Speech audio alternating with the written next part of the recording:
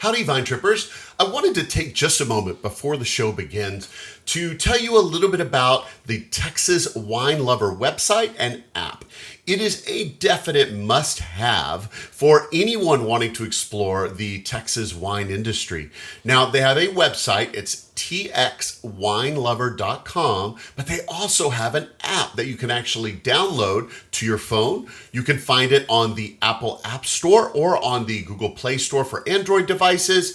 And it's going to be kind of your one-stop shop for when you go out to visit these great places. So you get to listen to them here on the podcast or watch them on YouTube to learn about these wineries. But when you go to visit, make sure you're checking out that app, because I'm sure you're probably going to want to visit other places in the area as well. And you can do incredible searches. It's the most comprehensive listing of winery information in Texas. And you can look for wineries in your area to go visit multiple places.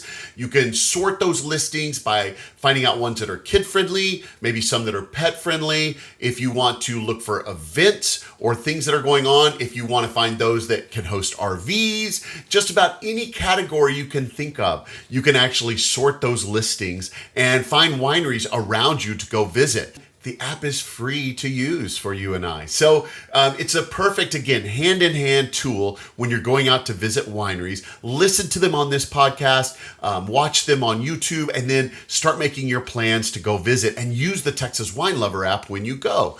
Now, it can also be a great tool. Maybe you're not even looking for a winery. You just happen to be traveling to some place in Texas, and you just might think, I've got a little extra time. I wonder if there are any wineries in the area. You can actually look them up in the Texas Wine Lover app. You can search either by the name of a winery, or it's got a map view. So you can actually pull up a map of the area around you and see locations of wineries near you and go visit them and support the Texas wine industry. So you got to use the Texas Wine Lover app. It goes perfectly with this podcast. So make sure you check it out before you go on your next trip among the vines. Again, it's www.txwinelover.com, or look up the Texas Wine Lover app on your favorite phone app store and make sure you get that downloaded and use it frequently. You will benefit from it and ask for Texas wines. Let's see the Texas wine industry prosper and go visit some of these fun places that I'm bringing to you on the show.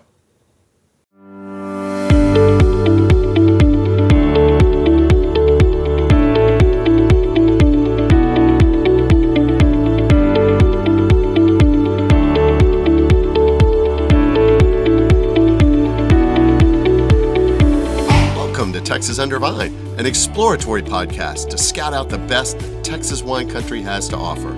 I'm your wine guide, Scott, and I'm here to lead you on an auditory expedition to the vineyards and wineries across the great Lone Star State. Each episode will cover a different vineyard, winery, or wine-related business operating in Texas. You'll hear interviews, descriptions, and details about each location that will excite you to visit and experience them for yourself.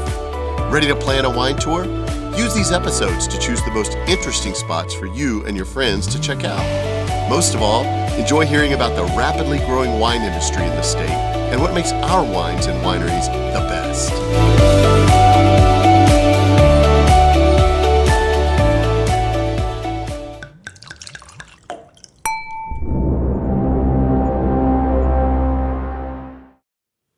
Howdy, Vine Trippers. Welcome to bonus episode 8 for the Texas Under Vine podcast. So today, as you've heard, I have another bonus episode for you today.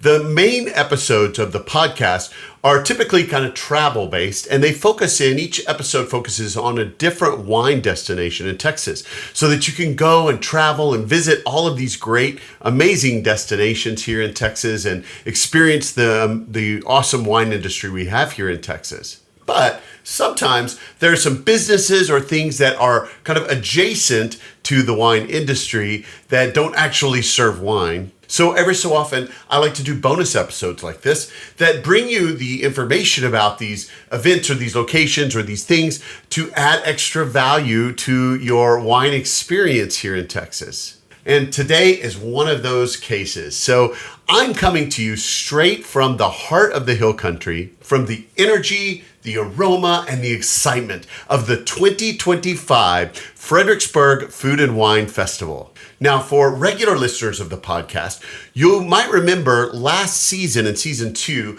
I did an interview with Haley and Dave about their restructuring of the Fredericksburg Food and Wine Festival, which has gone on for many, many years, but had kind of fallen down a little bit. It kind of languished a little while. And Haley took over with the idea of really revamping this festival. And last year was the inaugural impact of this particular festival, where they started it brand new and refreshed everything to really have an incredible focus on local Texas products, local wines, local beers, local foods, local spirits, everything really being focused in the Texas Hill Country and the local region to be the Fredericksburg Food and Wine Festival. And it takes place in downtown Fredericksburg in an area in the square called Marketplace. And Haley's really hit it out of the park here. The whole festival has multiple different offerings to it. There is a preview week, usually done in July or so, with a whole week worth of different events that you can go to get excited for it. Then in October, when the festival actually occurs, again, this year they've moved up to even more events. It was almost a whole week of events this time, with the grand tasting being the big centerpiece here, but all kinds of different events now for the Fredericksburg Food and Wine Festival. And you can definitely see how it's grown from last year when I interviewed Haley to their first dream about what they wanted it to be. And it was a little more subdued, still a big grand event, but this year just really grown in leaps and bounds in the effects and all of the different people that were there, the talent they had, all of the space, the events. It was really amazing, this 2025 Fredericksburg Food and Wine Festival that occurred just recently in the last weekend of October. Now, I was lucky enough here at the Texas Under Vine podcast to work with Haley to secure a booth there at the festival where I could bring in some of this talent to talk to us about what they were showing at the festival that day, as well as their location. So I've got a whopping episode right now full of these short little clips of live interviews that I did at the festival. So for any of you that couldn't make it, or if you were there, but maybe you got a little distracted by all the delicious offerings and things that were going on, consider this episode your backstage pass to the festival. I spent almost the whole day there at the festival. I had a booth set up in the beer garden, and I was able to bring in multiple people doing this series of lightning round style interviews with some of those amazing talent out there in both food, wine, as well as beer and spirits, all packed into this one show. We're talking amazing talent here, some of the best in the area. You're about to hear from some of the amazing talent in this 2025 lineup. Places like War Trail Spirits, Watley Wines, Hilmy Cellars, Robert Clay Vineyards, including even a few food providers like Otto's Cheese Shop and Acre Barbecue. And many of these great wineries actually have their own episodes on the Texas Under Vine podcast, where you can go learn much more about the backstory and about what you can experience when you go to visit those places. But before we dive into the sips and the bites, I wanted to shine a little bit of light on the event itself and the incredible impact that this festival has on the community. Because this isn't just about fun, although there was plenty of that to be had. This is a real impact on the Texas Hill Country. So let's talk about community investment for just a moment. It's amazing to see the heart of charity that is really at the root of this particular festival. The festival was able to donate over $40,000 to the Kerr County Flood Relief Fund this year, providing that support where it was most needed. And their investment in the future in local schools was equally as impressive. Over $30,000 was raised through the Texas Wine Auction to support Fredericksburg High School and Middle School and the hiring of counselors at those schools, which is a crucial resource. And in addition to that, they provided an additional $2,000 in supplies to the Fredericksburg High School Culinary Arts Program. And they're also looking out for their own. This particular event is expected to seed about $10,000 to a new Hill Country Hospitality Relief Fund that will go directly to regional professionals who are the backbone of this industry. And I loved seeing their commitment to the environment. The festival itself partnered with Empty Harvest to see about recycling 1,783 bottles and 282 pounds of cardboard. diverting over 1.12 tons that would have normally gone into the landfill. That in itself is a massive step towards sustainable event planning. And it continues to grow. With over 4,000 tickets sold to the preview week as well as to the main event, attendees came from across the state and beyond, underscoring this growing event's reputation as a premier Texas wine destination. So I want to give a huge thank you to the organizers, all of the volunteers, and to every one of you that actually went out and bought a ticket and attended this festival. Hopefully, you not only had a great time, but you helped your community while you were doing it. And if you didn't get to go this year, hopefully this will give you a great taste of what you missed, and you'll be looking out for next year, for 2026, to get your tickets as soon as they go on sale. All right, that's enough from me. Let's get straight to the excitement. Go ahead and grab your favorite Texas wine, and let's dive into our interviews here at the 2025 Fredericksburg Food and Wine Festival.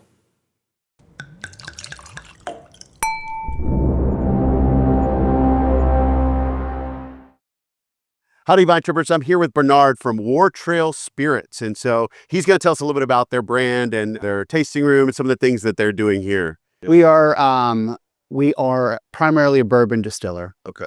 That's our passion. Although by a series of What do y'all have in coincidences, your we booth, ended right? up buying a vodka brand.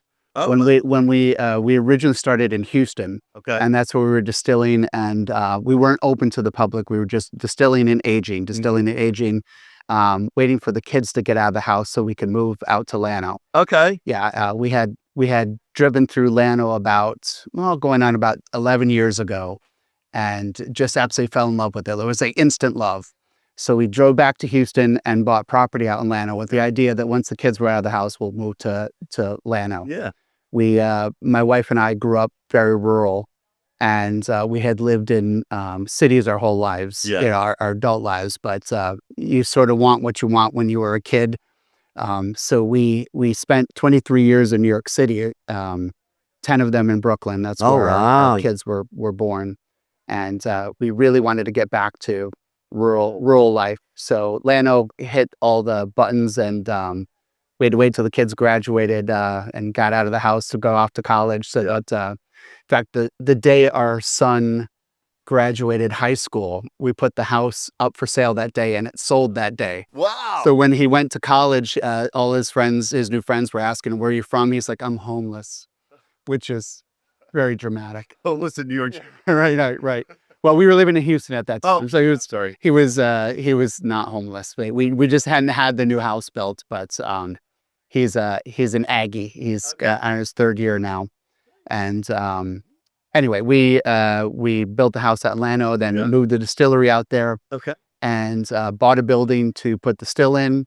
We needed to do a bunch of power upgrades, and our still runs on electric, so it's a big power consumption. Okay. And we met the only other distillery in the county who happened to do vodka.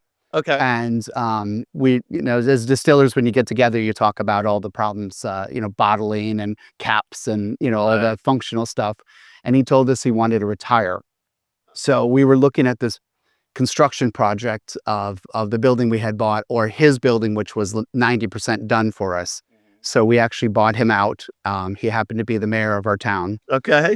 So great guy. We are still quite good friends with him, and we now own a vodka brand as well. But it is unusual. It's potato vodka. Okay. So one of the, as far as we can tell, we're one of 4 distilleries in the country that do potato vodka. Really? So very natural, the right way of doing it. Not the cheapest way of doing it, but it is the right way of doing it. But our passion is bourbon. We wanted to be part of the Texas bourbon whiskey movement. The beautiful thing about, we've been to many distilleries all over the country, all over the world. And one of the unusual things about Texas is that, of course, the distilleries are spread out. They're not in a central area like they have in Kentucky or Tennessee. And what that leads to is a lot of changes in terroir, a lot of changes in process. There is almost nobody doing it like anybody else. Okay. If you go visit Kentucky, within a few days, you have the same water resource, the same grain resource, the same processes, the same storage temperatures. because they're all in one area. They're all dipping out of the same bucket. Exactly. And nothing wrong with that. I mean, Kentucky's great bourbon. They know what they're doing there. Yes, yeah, for sure. But in Texas, we didn't have that tradition. We all had to learn differently. And what you do in Houston, we learned this. What worked in Houston does not work in Llano. So consequently, almost nobody tastes like anybody else. Yeah. And that's sort of the fun part of the movement. So there is an actual Texas whiskey trail now, and it's becoming more of a tourist thing, and it should be, because Texas bourbon is fantastic. Yeah. So our goal with our brand is, our primary brand is called Broken Halo Bourbon. Okay. And that's what it's bottled under. Our distillery is called War Trail Spirits because we do vodka, whiskey, gin, and bourbon. Okay. So each one of those individual brands has their own name. Yeah. Line. Yes. Yeah. And different price points and different goals with each one of them. But our baby is Broken Halo Bourbon. That's our passion. So we've been selling outside our distillery now for about 5 months to the liquor stores and bars and things like this. So we're representing a couple bars here in town that have some prominence. And some of them use our vodka, some of them use our bourbon, but to different goals. So there's some fun cocktails you can make with our stuff, because our vodka line has some natural flavors. So we have a hatch chili pepper one we roast hatch chili peppers, 600 pounds of them a year, de-seed them by hand, peel them by hand, and then steep them in our vodka to make a naturally flavored hatch chili pepper vodka. Right. So infused, basically. Infused, cold infused. So all natural flavors. Yeah. We don't do sweet flavors because then you have to put stabilizers, and we don't want to put any artificial things in our product. Right. But our Broken Halo Bourbon, our goal with that is to make an easy drinking Texas bourbon. The Texas heat is so intense that what we found when we were starting out is that with a complicated mash bill, every barrel ended up tasting so different from the next one, right, that we couldn't figure out how you were going to buy our stuff if you liked it one time and the next time it tasted different. So that's the world of wine, right, yeah. Vintage to vintage. Yes, that's true.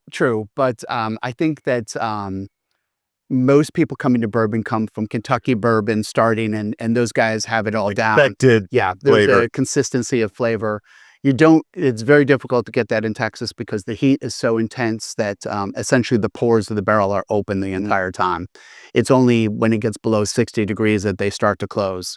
In fact, when we empty, we use big barrels, 53-gallon barrels. And when we empty them, there's about 10 pounds of whiskey still in that barrel. Wow. So just that's in the pores and everything. In the pores. You're not getting it out. Not in Texas. If you move it to Scotland, well, they get to squeeze it out a little bit. But interesting. But for us, it's 10 pounds still in the barrel. Then there's also angel share that evaporates. So we have a stripped down mash bill. It's 80% corn, 20% rye. Unusual in that we don't use malted barley, because we found that malted barley interacted with each barrel so dramatically different that it really didn't lead to consistency. And my wife, we are a female-run distillery. She is the distiller. I'm the talker. Okay. But she likes consistency. Yeah. So she really did not like the wild differences. Yeah. So we stripped down our mash bill, created a very easy drinking Texas bourbon. Okay. It's great high rye content, so very good in old fashions. And we have 2 iterations of it now, a 94 proof and a barrel strength at 115. Okay. And then we'll put out some oddball ones, different mash bills, things we experimented with. We have some ones that we used triticale, malted barley, all kinds of things that are aging out now, and we'll bring them to our tasting room. Our tasting room has seats around 50 or so inside. Right. And we set up the actual distillery so we can have parties inside the distillery portion, not just the tasting room portion. So we had our very first wedding reception there the other day, which was fun. So you're right next to the stills and all the barrels and things like this is sort of fun. On the weekends, we have today, for example, we have a band and Sippin' Saturdays, we call it. Now, where is the tasting room located? Tasting room is in Llano, Texas, so due north of here. Yep. It's only about 35 minutes from here, but a totally different world. We like to say that inflation hasn't hit Llano yet. So it's a big ranching town, big cowboy town, cute town, a very lively downtown for a population of 3,500. Every store is full. So lots of neat shops and bars and restaurants, and half the price of Fredericksburg. The rural that you talked about earlier, right? Yeah. Lots of beautiful ranches right on the Llano River. So it's a cute town. Easy to fall in love with town. So for people that couldn't get here today at the actual festival, what is it that you're sampling today? Today we have 2 bourbons. Okay. So our standard 94 proof, and then our barrel strength. We have our whiskey brand, which is called County Road. That's your standard 80 proof. If you're a mixed drink maker, that's sort of your go-to, because you wouldn't want to do that with our bourbon. It's too good. And then we do have some of our potato vodka here today. Okay. We brought our sweet tea potato vodka, and we're making it as a cocktail, which we call the blueberry lemon tea. So blueberry lemonade, sweet tea vodka. Okay. And you can sample that as a cocktail. Right. Cool. So that's what we'll have here today. Awesome. And if you twist my arm, I do have some extra stuff in the back there. Oh, secret surprises. No, take a look at the Texas Whiskey Trail. Okay. There is quite a lot of movement with that to make that more of a tourist thing. You can visit wineries and distilleries all in the same day, and each one of them, just like the Texas wineries, is different. Yeah, it's a very interesting movement, and we hope to have it as popular as Kentucky. Yeah, we deserved it in Texas. And for my wine drinkers and listeners, you're not far. Llano's not far at all from Mason, which is a huge upcoming wine area for Texas. Lots of great wineries there as well. So you could hit it all and make a little absolutely. tour. There's a whole group of it. There's actually another distillery that we're friends with in Mason, right downtown.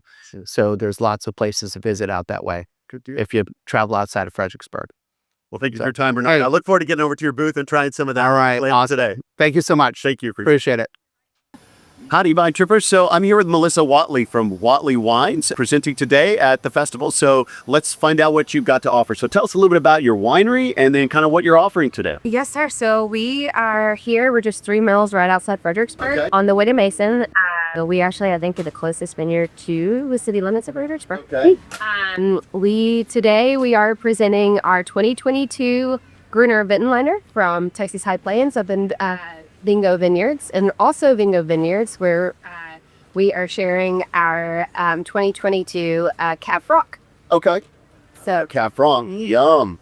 Yeah, so we're very proud of these 2 wines. I think they're totally beautiful. They work for today. I've been kind of watching the weather. I'm one of those that there's a wine for everybody and there's a wine for every season, and I wanted to make sure we brought the perfect one for the weather, and these are both very versatile, but also warm and inviting for our slightly cooler day that it looks like. Yeah, I mean, it was nice to have the change come through. A little bit of rain last night. We're hoping the weather holds out today, but that's great. So tell me, I know you guys are kind of a newer winery. How long have you been around, and how's that look? Yeah, we are. So we opened our doors in May, and for our soft opening, and our grand opening was in September. Okay. And we've been making wine since 21. Right. Kind of slowly preparing. We want to be quality over quantity. I get in trouble for having way too many SKUs. So we've got small batch wines. We've got a lot of wines, but not a lot of each one. Okay. But we want to be, again, that high-end quality. I want to give our wines time to age. And so we do have some 21 and 22 reds, but some of those, I'm folding a few things back too. You gotta keep something so it's the best. So that we can, again, just allow them to be aged. And we've got so many things coming forward with 23 and going on. And we're really excited about our Texas wines and the vineyards that we've been able to work with. Lord's really blessed us with that. And one of the things that's kind of unique about us is each one of our wines is a story and a testimony. So it's an encouraging message.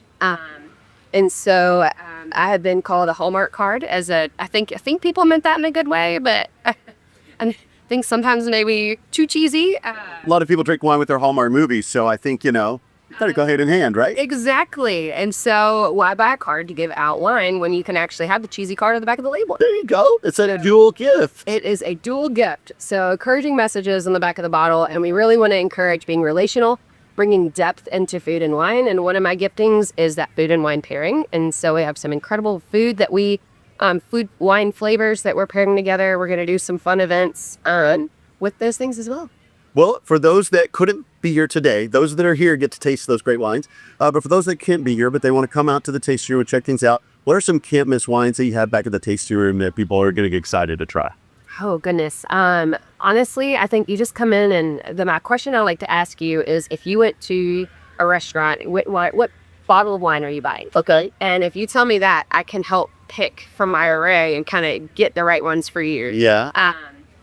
Because I think that's what's so great about our portfolio that my staff don't love when I have like 30 wines is the fact that choices find something for everybody. Yeah. So whatever you love, I promise you're going to find one that you absolutely love at Watley Wines because all of our wines are fantastic.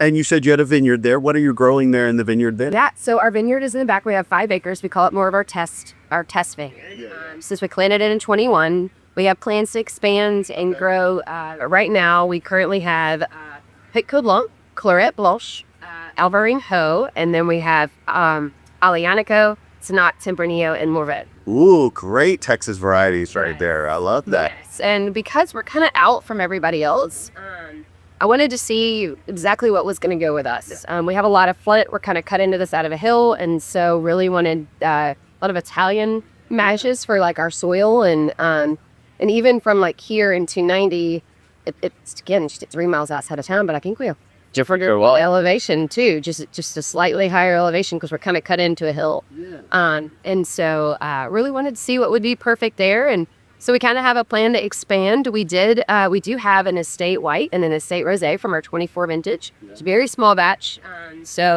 And we're actually donating those back. I actually went in nonprofit for 16 years before coming here. And so before doing this, and my heart is still there. Yeah. So I want to be able to take my new job and still support my passion. And so we're donating the proceeds for our estate wines or back to the nonprofit. We're going to do a big fundraiser event and some really cool things with that. So yeah, we want to be the heart, try to be a heart of a community, bring community together. All right. The community at its heart and heart for the community. Excellent.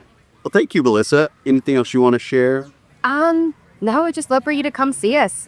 We call our wine club small group because again, it's about that relational aspect. Yeah. We'll you feel warm and at home, and all the things that a glass of wine makes you feel. Usually, I know sometimes there are sadness. We're like, I just kind of want a glass of wine. What we're really saying when we say I want a glass of wine is I want someone to talk to. Yeah. I want community. I want, I have a whole. Come to the table with people. We want to come to the table. Excellent. Thank you. Yes, sir.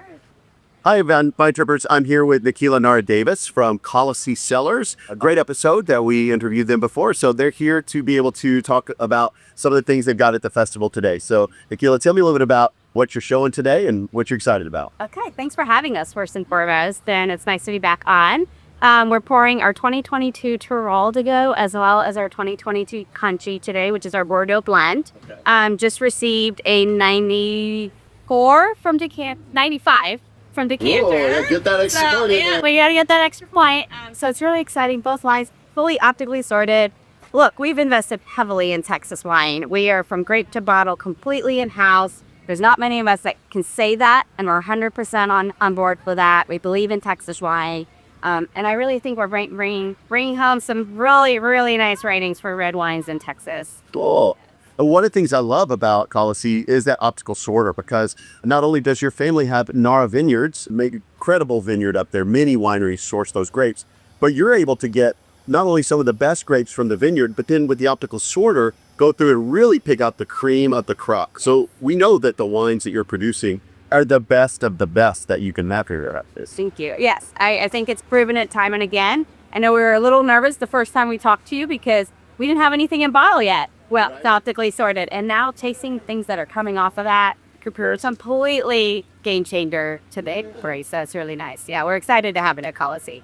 Well, tell us a little bit about your location for people that had not been there before, kind of where you're located and things like that. So Nara Vineyards, Texas High Plains, that's in Brownfield, 160 acres there. We run 100 sheep through there as well as, 200 sheep and 100 tickets. They're increasing. Yep, and we are also started a worm farm. So we will maybe composting as well on property. Okay. Our tasting room and production, Hilmy Cellars at Davis, my husband, and I own here, is in Fredericksburg, right off of Main Street, about 3 minutes from downtown.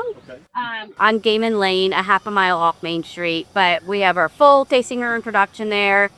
And Greg and I work both on the wine side as well as the business side. He mostly does the business side. But we're right in town, so there's no excuses to come drink Texas wine. Excellent. And then one of the things I really loved when I was there, for listeners who've seen that episode, is how even though you're right in town, I mean, it's literally like a mile or two away from downtown Fredericksburg, but it feels like you're out in the middle of the country. Yes, we sit on a little over 16 acres there. So you have peaceful views, what you want to see in the hill country and the vibe of the hill country, but you can jump into town for a quick flight, come have a drink as well. Well, and let's talk about the two wines that you're bringing today. So I'm sure a lot of people are probably familiar with Bordeaux style blends, but Terral de Go, I think, is kind of a newer grape to Texas, lesser known Italian varietal. Matter of fact, I think yours is one of the first I ever tasted. And so tell the listeners a little bit about Terral de Go and your Bordeaux blend. Terral de Go has a special place for me. We planted it back in 2014 at the Vineyard. And it is an Italian varietal, like you mentioned. Comes from Trentino Alto Adige originally. It captured my heart because it came on the market really strong because of a female Italian winemaker as well. She did it really well and it got a lot of recognition. But what we're realizing in Texas is it does really well at that pie elevation, but it has naturally a very thick skin for that color. So you're able to get a big, heavy Italian wine in your glass with a single varietal. Right. So it's dark, it's inky with a nice little chocolate finish to it. So we've paired it everywhere from like goat and gain to dark chocolate and truffles as well. Bragg actually makes an amazing truffle for our Valentine's carry. And it's with that Terral de Go. It's very unique, really big Italian wine. So also keep in mind we're open 7 days a week. So as long as you're in town, you come visit us. But also something exciting that's happening around the corner from us is the Waldorf Astoria is coming in. Yeah, so that's exciting to see. High-end wine with high-end living coming to our How convenient will that be to stay right there and go right over to Colossi? Exactly, yeah. I love that. And the name Colossi means? Together. Together, yeah. So we want to go together and do great things. Yeah.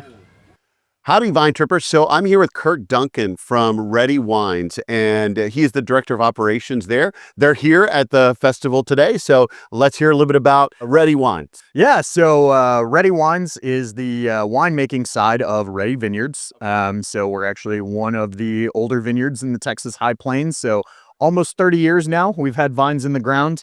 Put our first wines into barrel, though, in 2015. And I think that because we spent most of our life cycle as a grape grower, far more than we were a winemaker, that's really informed kind of how we make our wines. So we try to maintain as natural as possible. So all we do is thin fruit and prune, and we don't actually use any additives in any of our wines, so we don't acidify.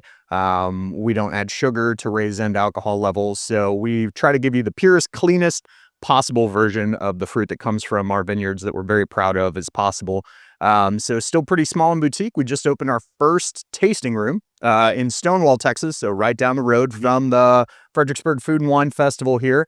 It's been going great, and it's got a wonderful lounge atmosphere. So everybody that's come in has really enjoyed the relaxation, and we're happy to be here as part of the Fredericksburg Food and Wine Festival. We're pouring two of our most recent international competition winners at the Lone Star International. So our 2024 Sauvignon Blanc, which we're really proud of, and our 2023 Aglianico. So if you are here on the grounds, or if you hear about it after the fact, feel free to stop by and give it a try because they're delicious. Well, and for those that maybe can't be here today but want to come by the tasting room, by the way, I love the armadillo riding the motorcycle. The logo that's out on the side. Actually. Oh, is it a bobcat? Yeah, I thought it was armadillo. No, you're good. That's cool. But it's just so Texas focused. I like that. It's fun. Absolutely. But for those that can't, like I said, maybe can't be here today but want to come to the tasting room, what can they expect to taste there? Yeah, so that's actually one of the really cool parts, right? Is so we have over 350 acres under vine. We go 36 different grape varietals. So we really do have a wine for just about every palate.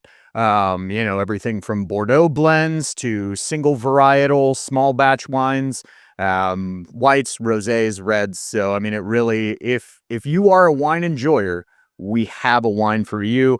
Most recently had somebody come in and, absolutely fell in love with our Gewürztraminer because they find it so hard to find dry ones here in Texas. And, so, I mean, that's been a very popular one on the menu and probably one of my favorite of our whites personally. Okay. So. Yeah, and that's something that definitely too warm here in the hill country. So the advantage of being up in the high plains to be able to grow something like that is really cool. Do you process all of the wines there and then so have the tasting room here? Correct. So the winery is right there on site. And for a long time, we did have a tasting bar in the winery itself, which is essentially just a very nice tabletop across some wine barrels. They love to see people up there, but it was largely for buyers and things like that. So this is our first true tasting room. Consumer focused. Yeah, exactly. And we really wanted to make sure that, people could come, have a relaxed, enjoyable experience and find the wines that they're looking for and really show off what the High Plains has to offer. And I think that one of the greatest things about just High Plains fruit in general is a lot of the wines that come from it with a little care show off a lot more of the characteristics that you tend to see in old world wines as opposed to a lot of the rest of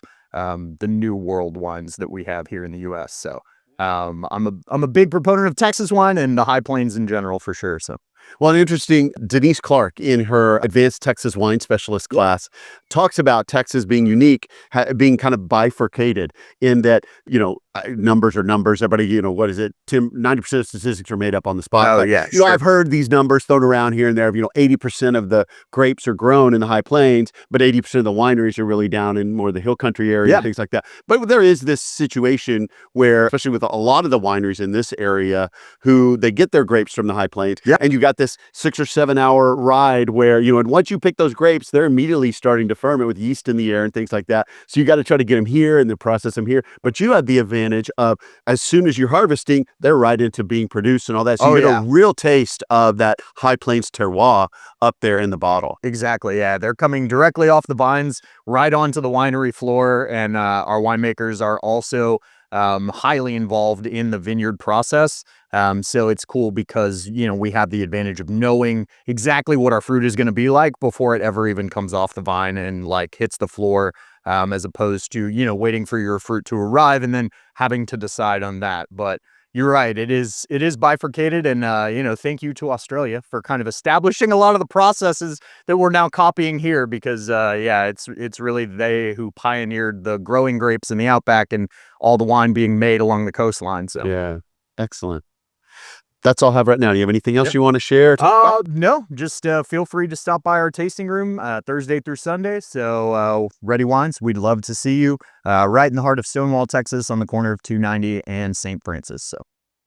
Hi, Vine Tripper. So I'm here with Caroline Edson from Texas Wine Collective. And so tell me a little bit about what you're showing at the show today and about your winery. Yeah, so we represent 3 winemakers from around the state, but we have 6 labels or brands.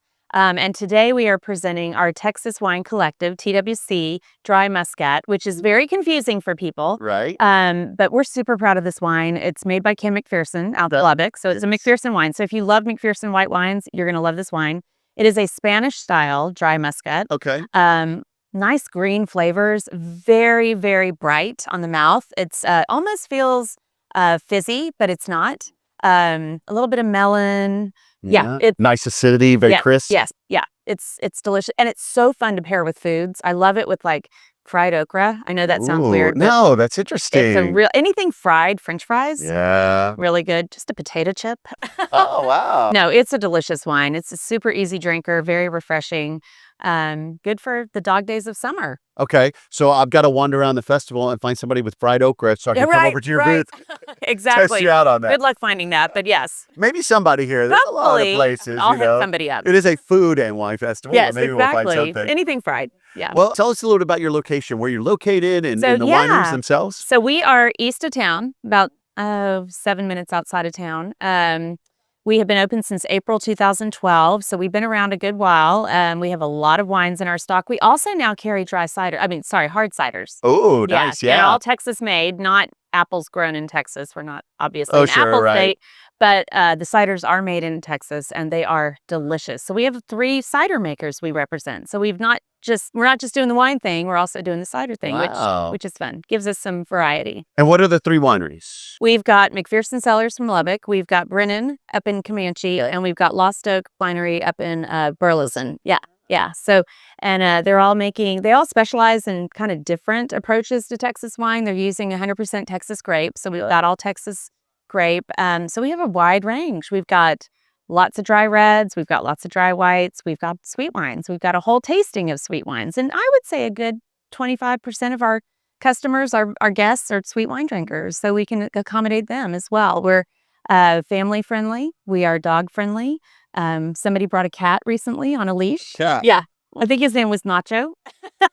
Because this is Nacho Cat. Nacho Cat, right? No, it was, we kind of accept all things. We have great experiences, great events. We're having dueling pianos is coming up. We have a tamales and wine pairing coming up, which is super fun for the holidays.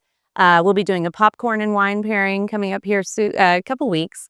But we do all kinds of events and fun food pairings constantly. That's one of the things I remember from our episode that you and I did together about Texas Wine Collective is some of the really fun and exciting pairings that you guys do. You're always doing events with unique and fun pairings with different wines. We just did for October, it's State Fair month, and we did State Fair foods and wines. So funnel cake, corn dogs.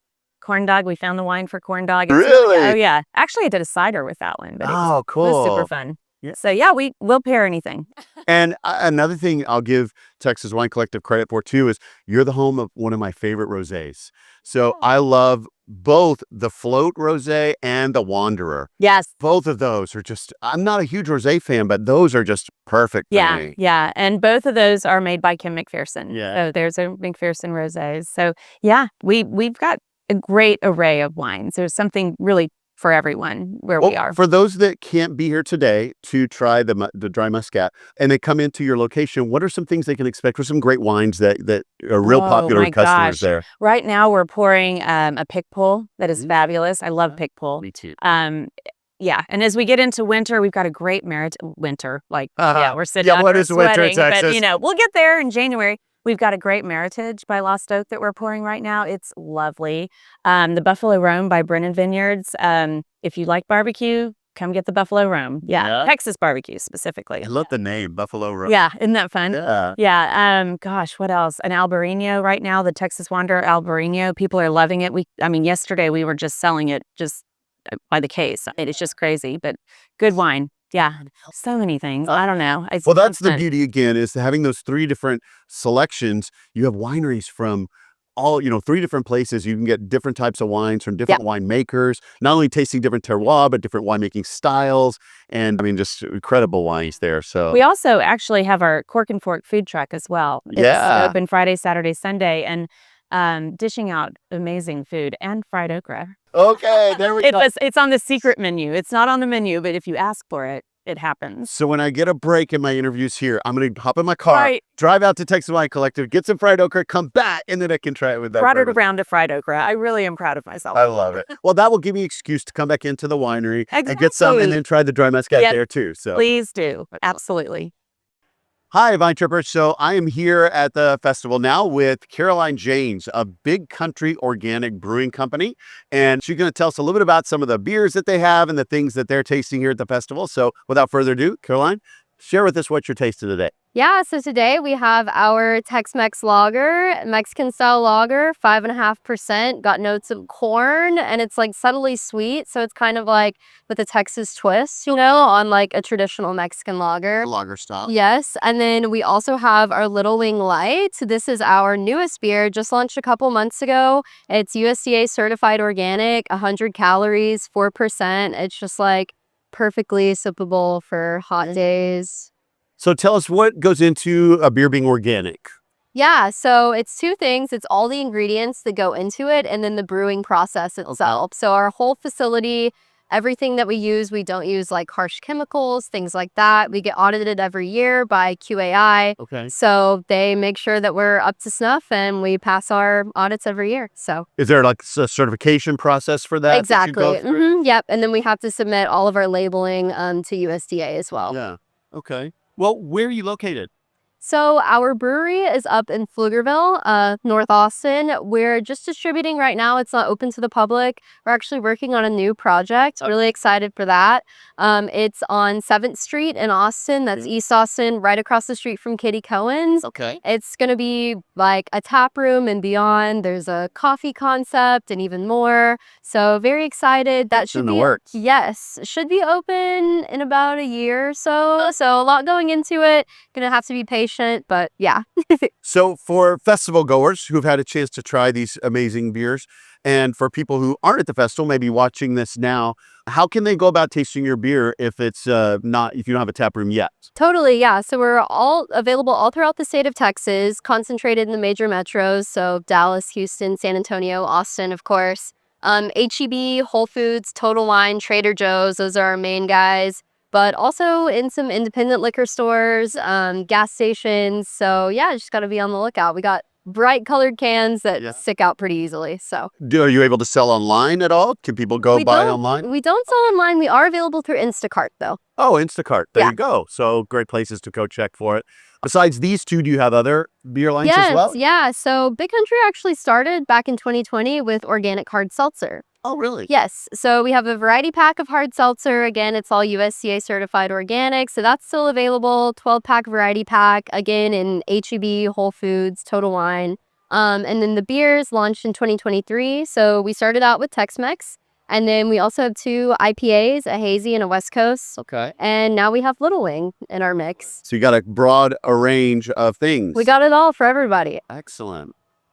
Howdy, Vine Trippers. So I'm here with Mike Nance today from 12 Fires Winery and Vineyard, and he's their winemaker. And I'm really excited to share with you a little bit about them. You were my very first podcast episode when I very first launched this. And so 12 Fires always holds such a close place in my heart because of that. And we love the wines. And like I said, I've been there for helping harvest at your place and everything. You're such a great place for me. So tell me a little bit about yourself. Talk about what you're showing at the show today. Yeah. Well, first of all, we appreciate your support. Love being able to do these and love your support for Texas wine. So today we're pouring 2 wines, 2 Italian reds, a Dolcetto and an Aglianico. Yes, I know the G is silent, but we're Aggies, so Aglianico. I love it. Both 100% blends or 100% varietals from Pepper Jack Vineyard up in Brownfield. We've been a customer there since we got started, and they've consistently produced some really good fruit for us.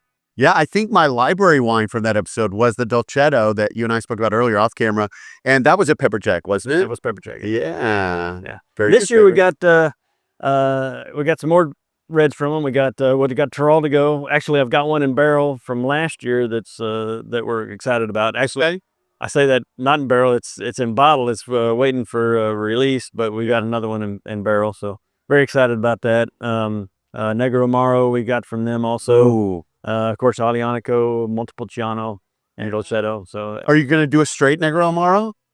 Or are you going to blend it? Not sure yet. Waiting for the wine to tell me what it wants to do. That's one of my secret hidden varietals that you don't find very often, and it's one of my favorites. So I'm always curious when I hear that. It spikes my ears up when I hear it. It's got some versatility.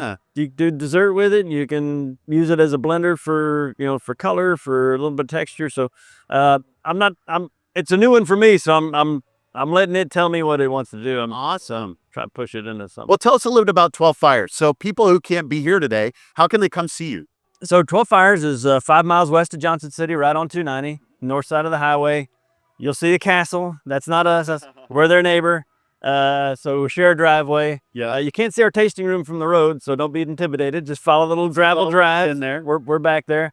We've also got some glamping tents down there now. So 5 glamping tents. I got flush and potties and full restrooms in them with showers and air conditioners. Pretty nice. So you can stay right there on the property. Yep. So that's been a boon, but another thing to do, right? Right. But we have events, annual events. The pig roast. We got cook your own steaks for Father's Day. We got Worst Wine Fest in October. So Yeah. lots of fun stuff going on over there. And there's a chicken tender something right now I've seen. That's on right. your Yes, social. we started with the chicken nugget as our tasting room now, and then moved to the chicken tender, and we wanted to keep using that for something besides the storage shed. So we're gonna do advanced or kind of elevated tastings in the chicken tender with food pairings. Okay. So make a reservation for that, and usually gonna starting off doing those once a month, but hopefully we'll be able to expand that. Right. And for those that haven't been there, I love your tasting room. And so you got all those cool lights. You can light it all up, and you can do the sound system. Everything there is really a fun, relaxed environment. Dog watering bowls there, and it's just a great place for people to come and lounge and enjoy some wine. And you have a connection to, you mentioned a moment ago, to Texas A&M. We do. So fill us in on that. So my partner and I, Duke, and Zach, who helped us get started, we're all Aggies. We're in the Corps Cadets together at A&M, and built the Aggie bonfire back in the early '90s. And once it's in your blood, it never leaves. So we're kind of Aggie centric. In fact, our 2005 harvest was 100% Aggie growers. Really? That wasn't necessarily intentional, but a happy circumstance. They're doing a good job. So we're Aggie to the core, and To the core, I get it. See what you did there. So we're featured in a few restaurants up in College Station. Aggieland Outfitters is actually our only retailer outside of the tasting room. Oh, wow. Okay. So that's still home base. Yeah. Still the mothership. Love it. Howdy, Vine Trippers. So I'm here with Mike Mitrione of Michael Ross Winery, and they're going to tell you a little bit about what they got here at the show today and about their incredible tasting room. We've done an episode there before, and really fun stuff. So Mike, what are you serving today? So today we're serving two wines. We have our Sauvignon Blanc, Ooh. which for a Texas Sauvignon Blanc, Yeah. I love it. It is, it still has a lot of that citrusy. It does have some grapefruit, so it's not grapefruit over heavy. Yeah. But to get those flavors out of a Texas white. Because of the heat here. Yeah. And more, it's coming from the high plains, Texas high plains. So Yeah. it's 3,300 foot elevation. So it does have the warm days, cool nights. And they're our own vines, so we get to control the tonnage, and I think that has something to do with how we're getting the flavor profile out of it that we are. So just, I don't know, it's one of my favorites that we do. So I'm glad You have your own vineyard there up in the we High do. Plains. Yes. So we have 35 acres under vine up there. Great. So a lot of test plots that we've planted. So we have like 19 varieties. Yeah. Just so that we can say, hey, what varieties work well in Texas, and then what works really well on our piece of property, so that then we can say, hey, going bigger, what varieties what grapes are the best ones to blow out a little bit more. Okay. The other one we're doing is our Envisage, which recently getting released. It is our Bordeaux blend. So it's more right bank, Malbec heavy. Okay. So it's Malbec, Cab Sauv, and a little bit of Merlot heavy. Yes, it's Merlot. There we go. M grapes, Yeah, whatever. It's an M word. Mike Mitrione, M's, they're everywhere. So Merlot heavy, a little bit of Cab Sauv, and then some Malbec in there as well. Okay. That's really exciting. Cool. Again, all from our own vineyard. So really, really happy to serve that today. Nice. Well, tell us a little bit about where Michael Ross Winery is located and about your tasting room and everything there. So here in Fredericksburg, just about 2 miles outside of town. Yeah. So really, really close for those people who, like, at the end of the day just want to put one more in or to start the day. So really close to downtown Fredericksburg. So we really wanted to create this Italian style piazza, fountain in the middle, kind of round, kind of arms hugging type entrance. It's built into the side of the hill, so very much trying to control as much environmental impacts and the heat. On 32 acres of property, we have 8.5 acres of more vines there and about 10 acres of pecan trees. So it was an old pecan grove. Yeah. And so really, 300 plus year old trees there. And so as some of them passed, we were able to mill those and actually make all of the tables in the tasting room out of that local wood. So Beautiful. yeah, it turned out really well. So it's a really beautiful property. The vines are all maturing, and we had our first harvest from our Montepulciano and our Petit Syrah there this year. So really happy with how things are progressing on that property as well. Yeah. Yeah. It's a beautiful, unique tasting room. I've seen a lot of people there. They all talk about how beautiful it is. One of the things I really loved about my episode that I did with you guys, just your philosophy that you guys put the wine first. So you didn't come in like a lot of wineries do, build a tasting room and think, okay, now let's get some wine to put in here. You planted your vineyard. Yeah. You've been working on that for quite a while, getting all those grapes ready to go, and then get the wines going. And then, okay, now we got great wines. Now let's put our tasting room in and get that. You put the wine first, which was important. And so there's two things, right? It is definitely the quality of the wine. So we did want to plant our own vines as much as possible. We have a few growers we work with who have a similar philosophy, but being able to control the tonnage, how the vines are taken care of.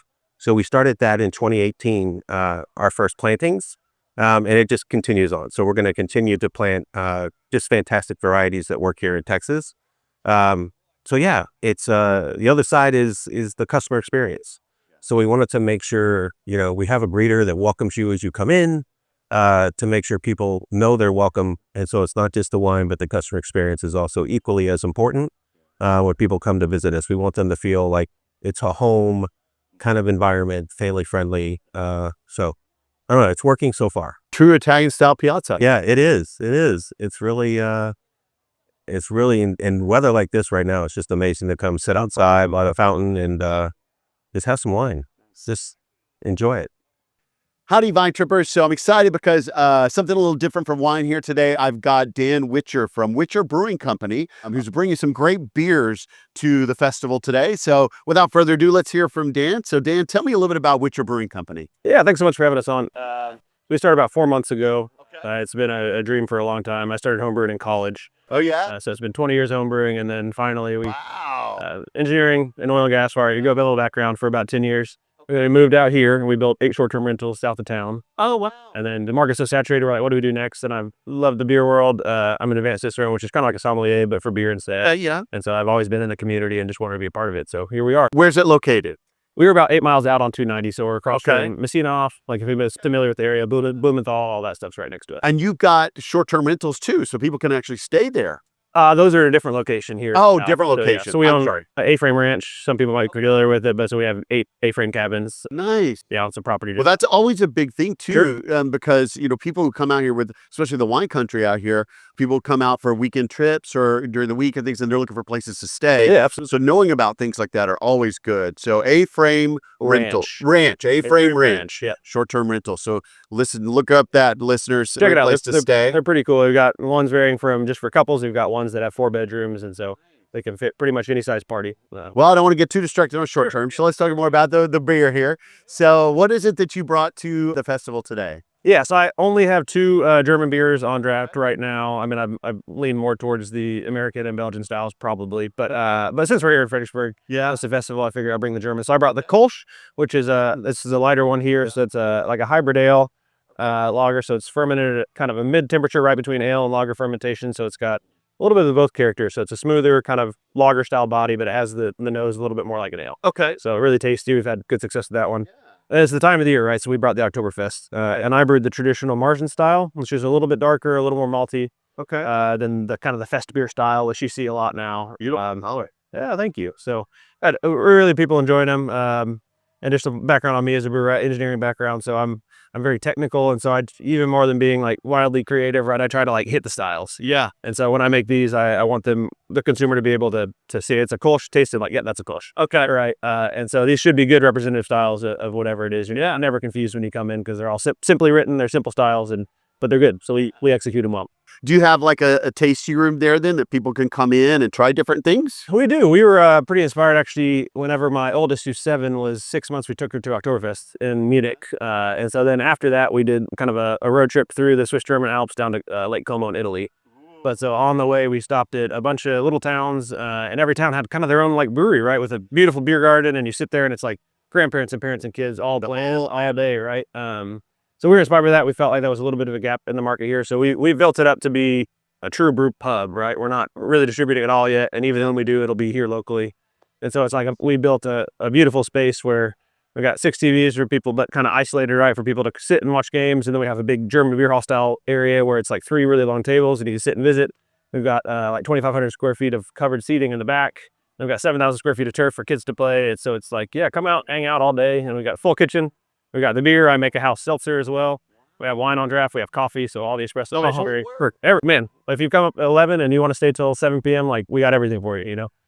You know, I've been in the wine industry for a little while, and I do wine tours and things like that, and it never fails, especially when you get groups. And I love that you're right there on what we call the wine road, 290, but you're right there among all the wineries, because there's always in every group, there's always at least one, if not several people who are kind of coming along for the ride, but I don't really care for wine, I want beer. So now you've got the option.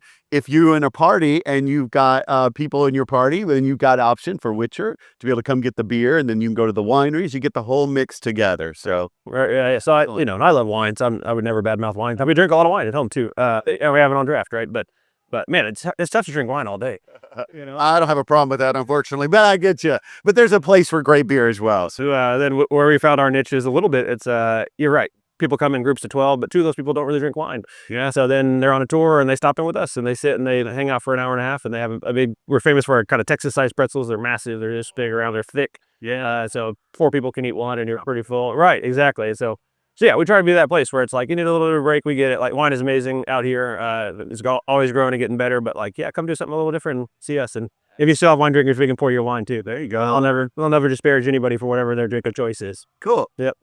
I know, yeah, we're trying to, again, really trying to lean that local things where we do trivia, we do bingo, we do movie nights out on the lawn, we do all kinds of stuff. Oh, all kinds of events. Yeah, we'd love for people to come see us and just... And can they find you online or social media? Witcher Craft Brewing Co. on Instagram. We're on Facebook as well. WitcherBrewingCo.com is our website. And then my number is a number on the website. Call it and I will answer and I'll talk to you. So. Excellent. Thank you, Dan. I look forward to trying these here in just a moment. Thanks for bringing those to me. Yeah. And coming out to get one of those pretzels soon. Awesome.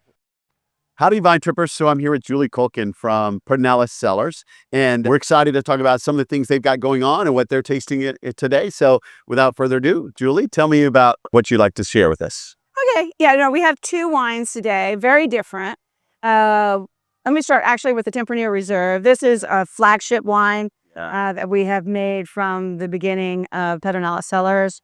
It is, if you will, a high-end Tempranillo. We do actually make it, reserve is a term that doesn't actually mean anything, but we actually use it very consciously to match a Reserva style out of the Spanish system of Crianza Reserva and Gran Reserva. Yeah.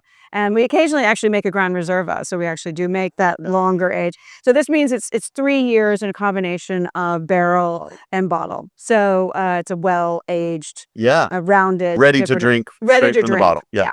But it will also, you can age it as well. So, and then the other wine I'm very, very excited about.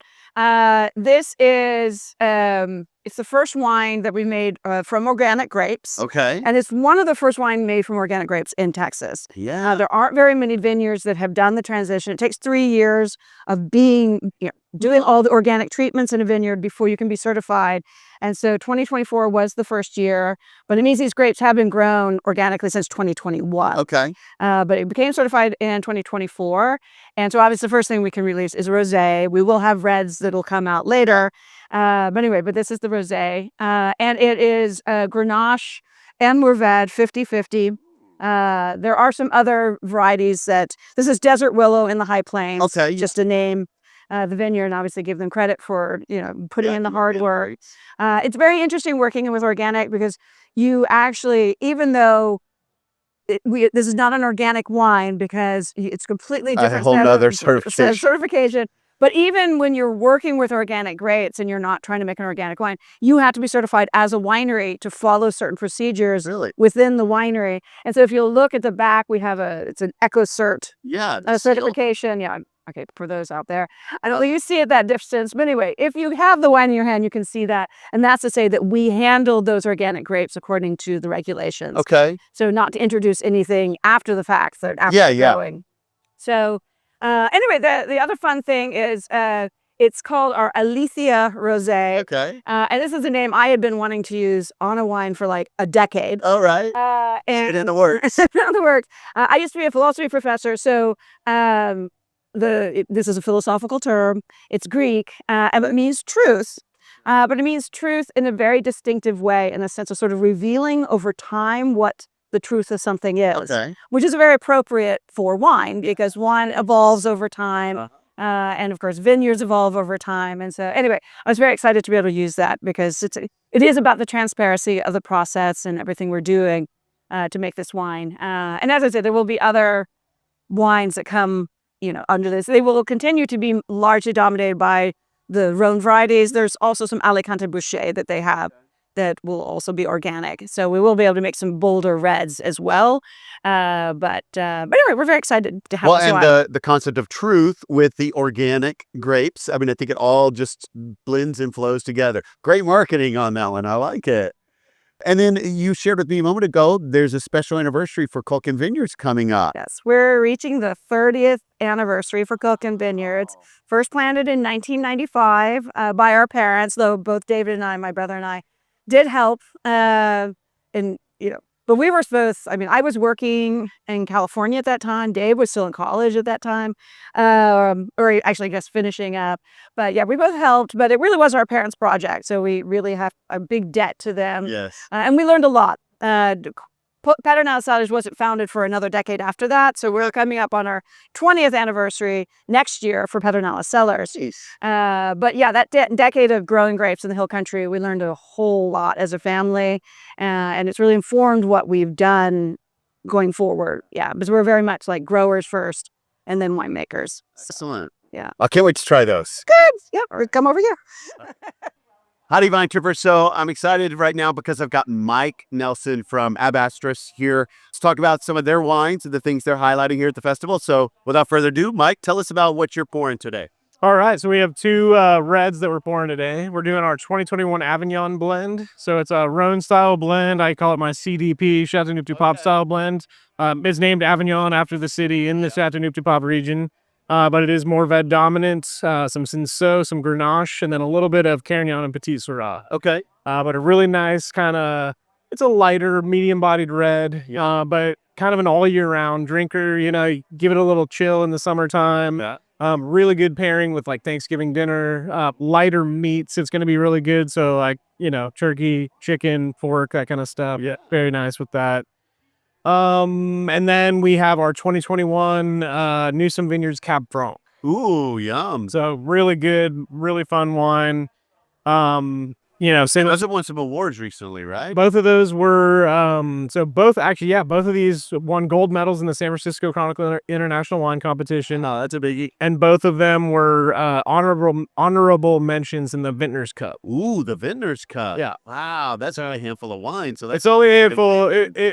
I wish one of them had made the, cracks, but for both of them to be honorable mentions. They taste over, like 200 wines or something. And I think including the case that wins and then the, 20 or so honorable mentions, it's like 30 out of 200. So yeah, it's like top 10%, which. Well, and you were going to tell us a little bit about that Cab Franc when I interrupted you. So. Oh yeah. No, I was just gonna say, it's a single varietal, single vineyard wine. I love, and it's fun to be able to do that. And expression. When you have a grower like Neil Newsom, dude, he knows what he's doing. The quality of his fruit is always exceptional. So being able to just, it's like we made 12 barrels of Cab Franc or 14 barrels of Cab Franc, and then it turns into 14 barrels into tank, and then you just bottle it. There's not a lot of thought required. It's like, Avignon, on the other hand, is very much a designed blend. Like we're going for a certain profile. I want it to kind of be, Pinot-y in character.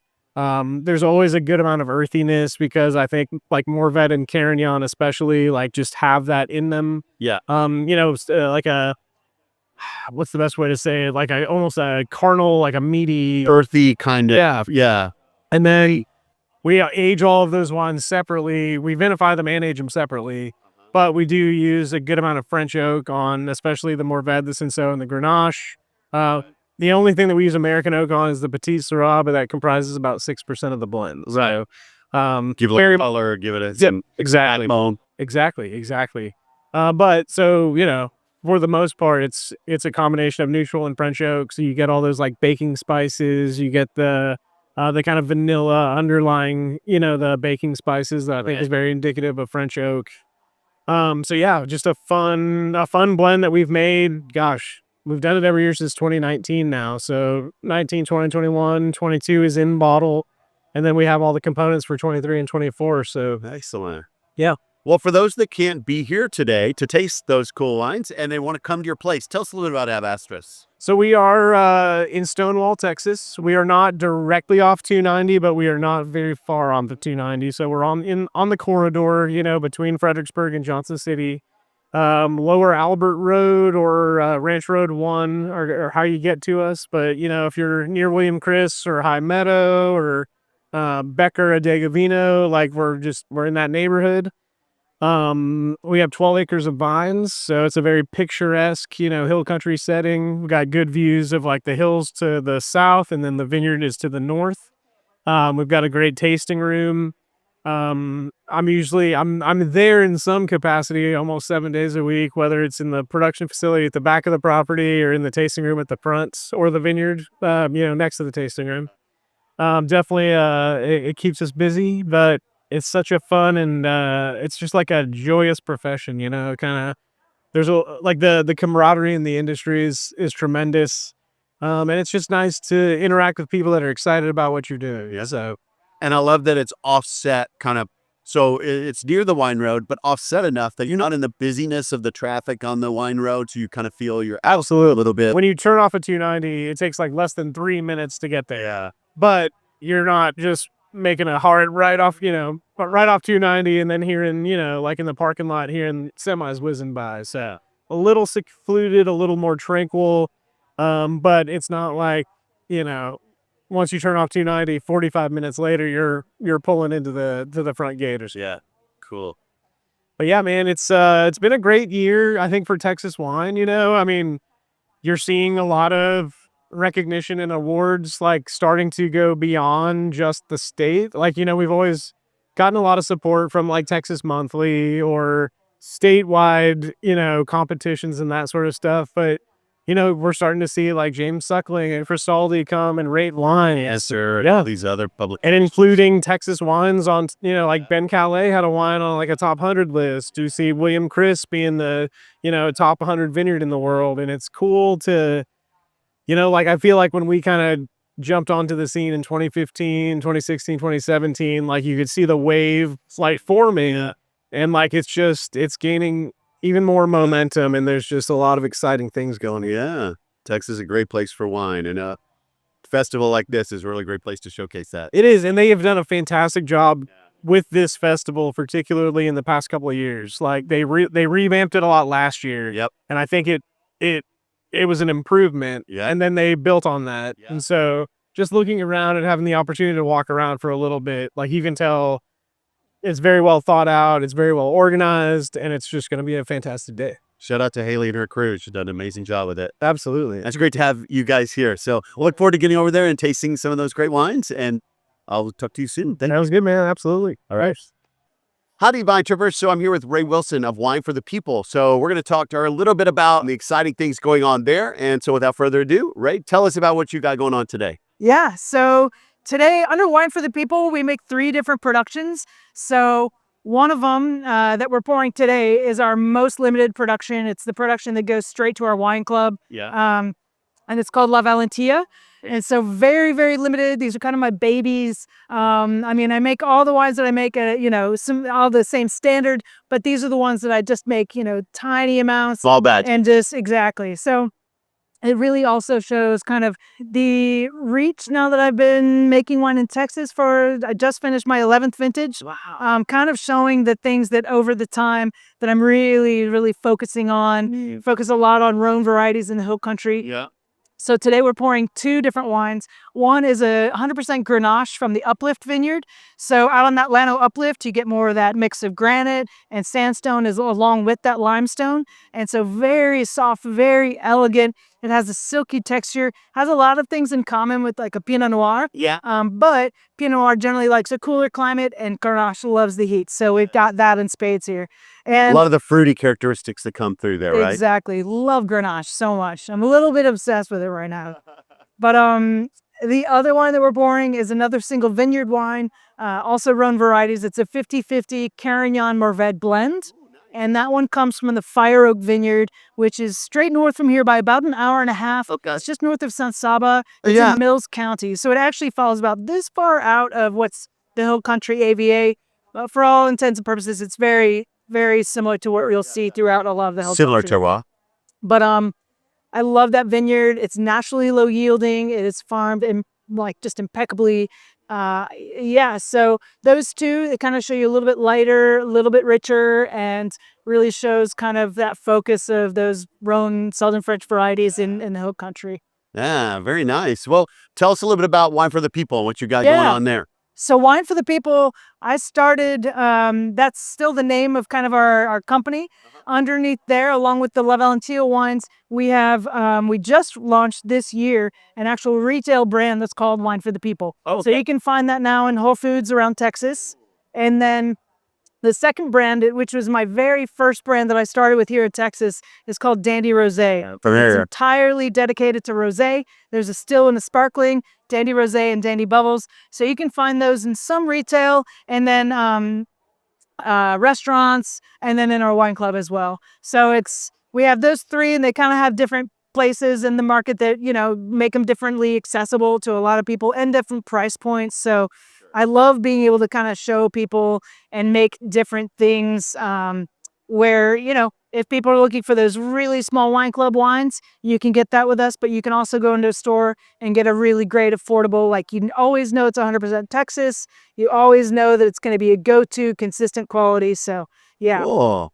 Do you have like a tasting room or anything where people can come taste those wines? We have in the past. We're actually choosing to not do that right now. What it's allowing us to do is be a lot more flexible with doing a lot of events all over.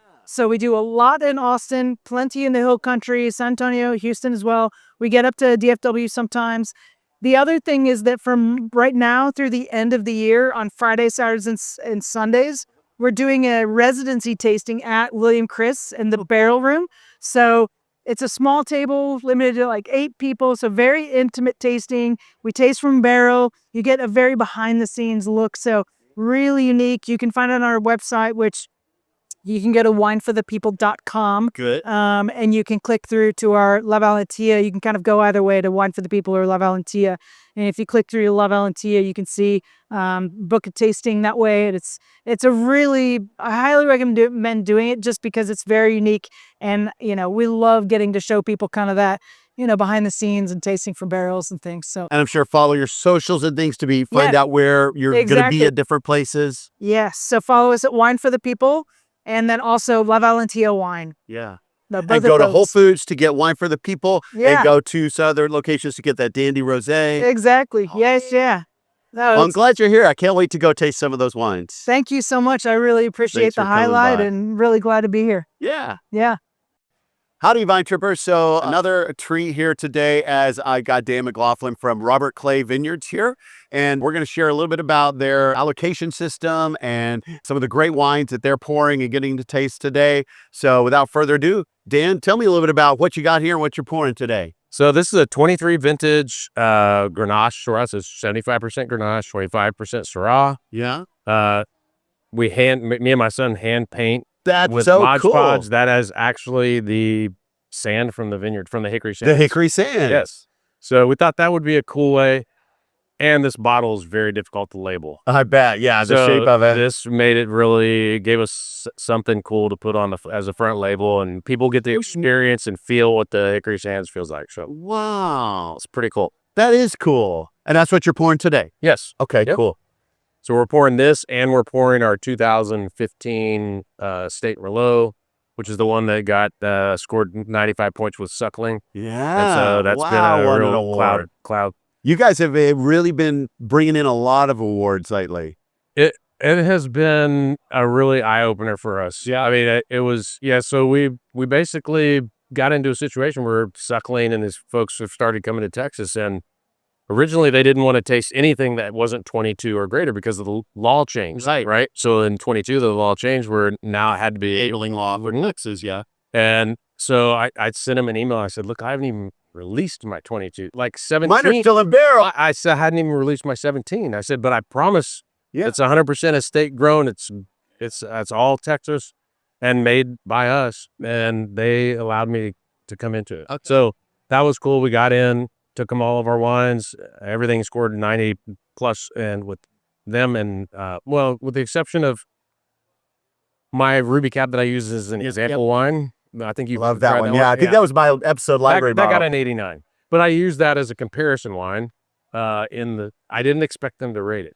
But and then Cristaldi, we got some really good ratings with Cristaldi, and then we got a huge influx of people wanting to buy wine, and it really became an eye opener where we had a decision to make. Yeah. Are we going to stay with 500 case production, or do we go big? And we decided to stay with 500 case production and stay small, and so we've moved to a allocation only model. Wow. So we're doing about 200 people on allocation. Okay. That'll be what's the active allocation list. Right. And then everyone else at that point goes on a wait list. And we're essentially, say 500 cases. I'll keep 100 to 200 cases behind for things like charitable events and that kind of stuff. The rest of it will just get evenly allocated to everyone on the list. And that's how we're going to do all the wine sets. And if people don't buy, then people on the waiting list, it goes to them. You snooze, you lose. Yeah. So that's kind of the model, and that was really driven out of, we enjoy the farming, we enjoy the winemaking. I like spending time in the vineyard with my son and his grandson, my grandson, and I wanted to keep it that way. Yeah. So, and we wanted to continue to be able to do aged wines like we're doing, and if you start selling through all of them real quick, takes a long time to age wine. Well, you've got a model that works. And so, I mean, might as well capitalize on that rather than cut it, change, and expand, and maybe lose something in the process. Yeah. So I applaud that. That's really cool. And you make incredible wines. I know from our episode for the podcast, you talked a lot about the aging that you do and the barrels and things like that. Your Chardonnay constantly, I hear all around the state, people commenting about how great that Chardonnay is here in Texas, because that's a harder one in Texas. Yeah. And what's going on with the Hickory Sands and the AVA there. You really got an incredible hand in a lot of the stuff that you're. Well, and I don't know if you got to taste it, but we just bottled in February you've had the MTR. Yeah. Right. Well, that was a experimental 2015 vintage at 7, 8, 9, and 10 years. We just bottled the 10-year. Okay. The 10-year bottling we sent off to decanter, just scored a 96 in decanter. So that awesome that happened on a 10-year. So Texas can age wine. Absolutely. I mean, I think that was. I was really happy to see. We don't know until we open these barrels, because we don't open our barrels all the time. I know. And so it was pretty exciting to open the barrels that day. See the magics that occurred. Yeah. I love it. Sign me up. I got to get on that allocation list. It's great. Yeah, just go to our website. All the information there. You just simply send us an email saying you're interested in being on allocation. We set you up for an allocation tasting where you bring your friends, and we literally spend about 3 to 4 hours with you going over the history of the vineyard. Just me and Blake. Yeah. And we go over all the wines, and that's kind of what gets you started. Excellent. Yep. Cool. Well, Dan, thank you so much You're for welcome. your time today. Thank you for doing this. Good luck at the festival with the allocation list and everything. And viewers, you got to get out there and check out Robert Clay. All right. Thanks for supporting Texas. Yes. Howdy, Vine Trippers. So I'm excited here. We've got the big cheese in town. We've got Bob Pineda from Otto's Cheese Shop here at the festival. And so he's going to tell us a little bit about what they're displaying here at the festival and then about their location. So Bob, what you got going on today? Scott, what I'm talking about today is Texas cheese. Cheese? That's right. So wine and cheese go hand in hand, Absolutely. correct? So what I like to say is, hey, have you ever had Texas cheese before?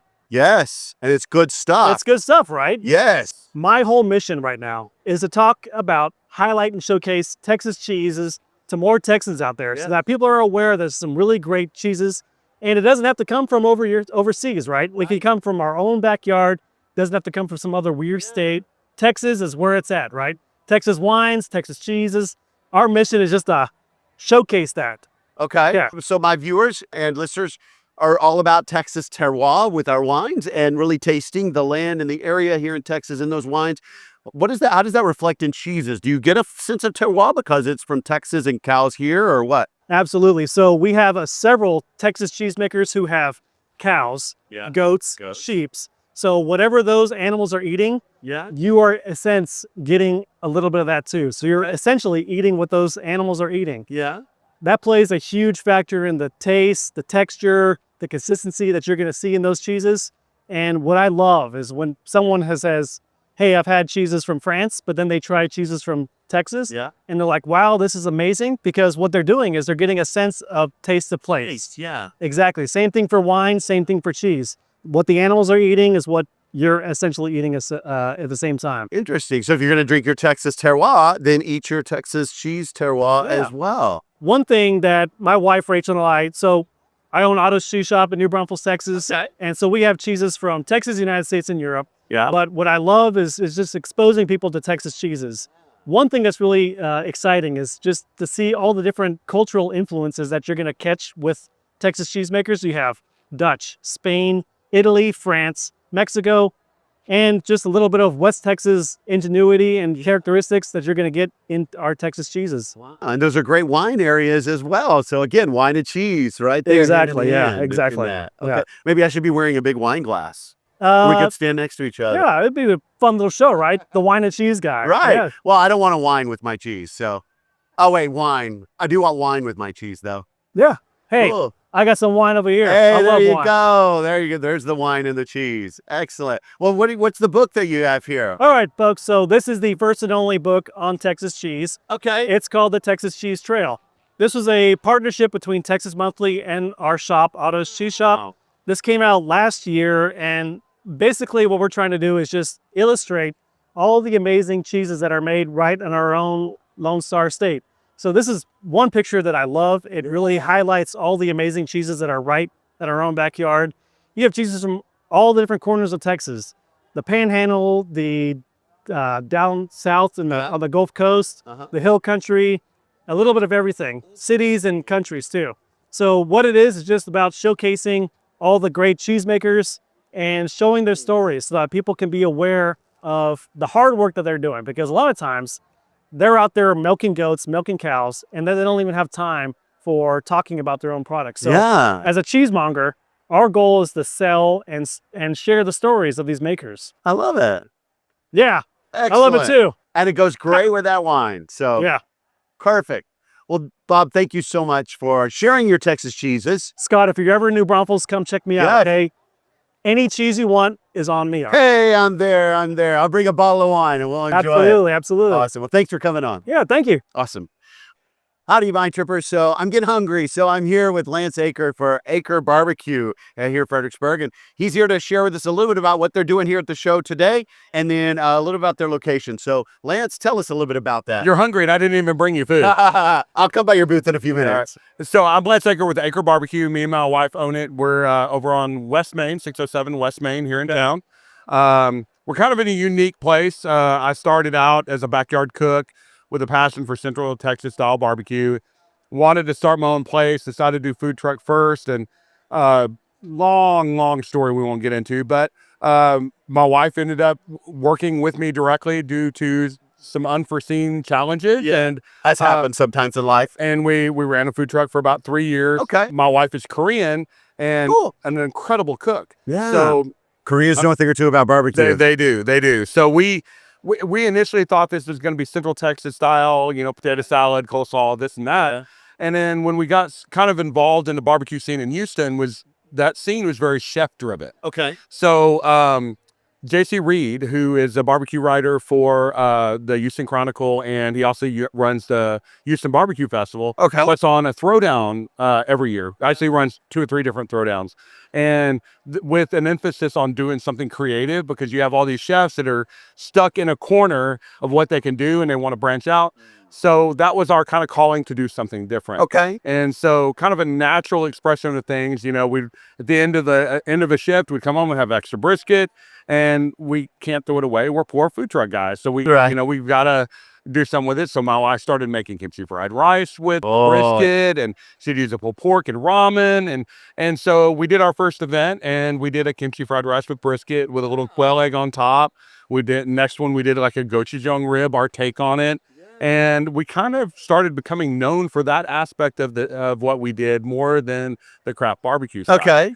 So I like to say that we are a craft Central Texas style barbecue joint with we use mesquite, which is a little different. Yeah. And my wife adds a Korean complement to it. So we don't like to call it fusion because we don't have a lot of fusion. It's an influence. Right. So we'll have our side, like a number of our sides. We do a housed fermented kimchi.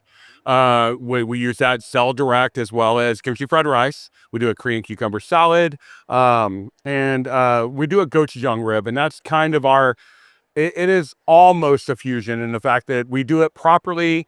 We actually ferment our paste. We make our sauce from that. But the proper way to do a Korean gochujang rib is to grill and mop through the process. We marinate, smoke, and then torch at the very end. Okay. So I like to say it with a heavy Korean compliment.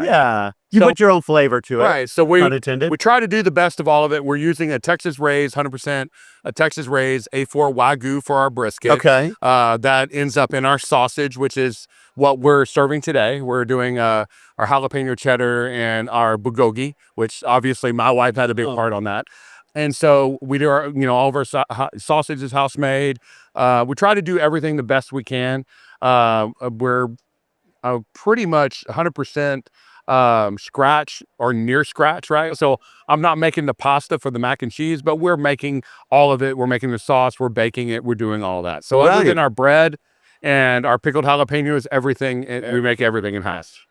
Wow. And then you're located here in Fredericksburg, you said? Yes, sir. On Main? Yes, on West Main. So we're all sitting here in the market plaza. It's kind of the heart of the Center of city. downtown, right? So we're about a half mile west. So if you're coming from Houston or San Antonio, you're not going to pass by us naturally. But if you're coming from West Texas, you might. Excellent. So just down the road, half a mile. And there's some amazing Texas wines, especially even here today, that would pair amazing Absolutely. with some of that barbecue. So and we've done some events with, we did a couple events with Lost Straw. Lost Straw? I don't know why. I always want to call them Lost Straw. They're Last Straw. So, and where we did specific menu items that we would do for bites for their wine pickup.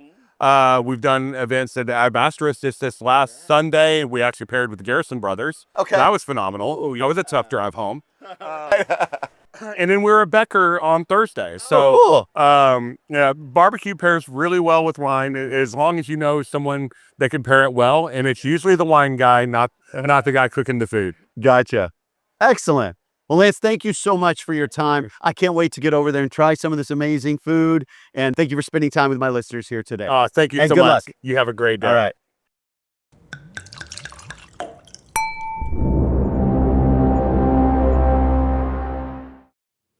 And that brings us to the end of our amazing blitz of awesome interviews from the festival ground. While my voice may be a little shot, my heart and my belly are full after that amazing experience. And now I'm back home and ready to go enjoy so many of those great Texas products that we talked about in the festival.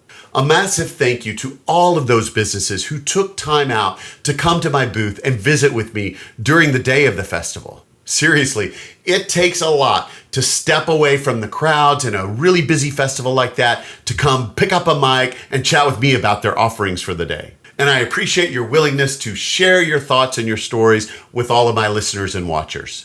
We heard from so many incredible gems today. From the bold flavors of 12 Fires Winery to the commitment to Texas terroir that we heard from Ready Wines, even on to the unique beer offerings at Witcher Brewing Company. We got to hear about the organic passion from Big Country Organic Brewing, to the curated wine selections that they're offering at Texas Wine Collective, to wrapping up with those incredible pairings offered by Otto's Cheese Shop and Acre Barbecue. And that's just to name a few of such great places that I got to talk to today. Every single guest on the episode demonstrated that passion, the quality, and the commitment that is so defining of the Texas food and beverage scene right now. And if you heard one of those businesses that piqued your interest, don't just stop at a listen or a watch. Go visit those websites, check out their social media, and support local Texas businesses. And even better, go visit them and taste their amazing Texas offerings that you heard about today. All of their links are, of course, also listed in the show notes for this episode.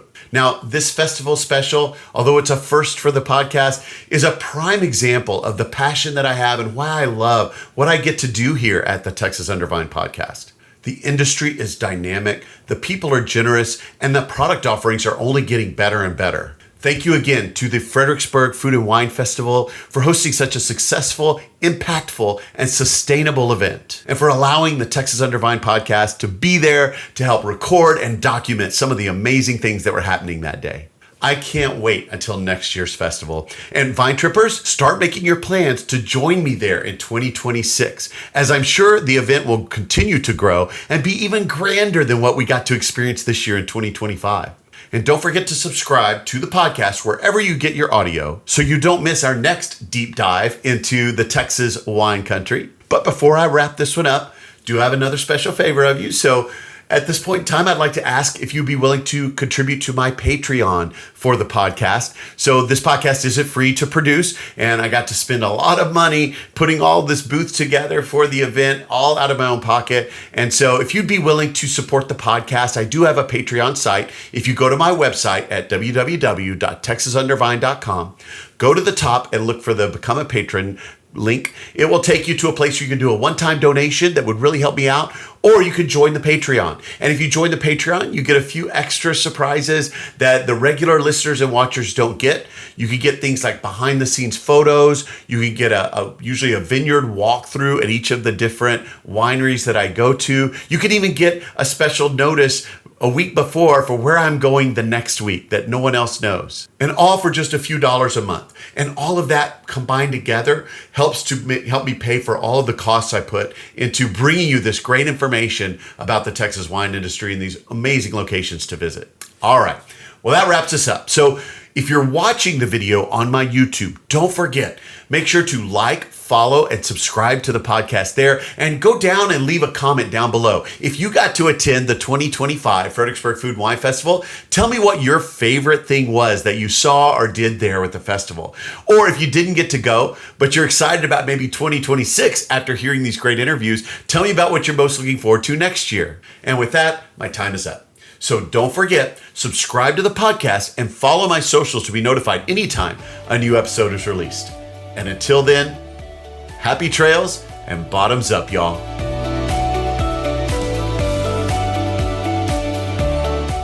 Thanks for listening to Texas Under Vine. We strive to provide you with the best information about wine businesses all over Texas. Be sure to check out our website at texasundervine.com and follow us on our socials at Texas Under Vine to stay up on all the upcoming episodes. Please email us with any suggestions or feedback. Also, contact us if you're interested in donating, sponsoring, or advertising on the podcast, just to help us cover our expenses and bring even more great info to you in future episodes. Above all, travel safely, and most especially, drink responsibly.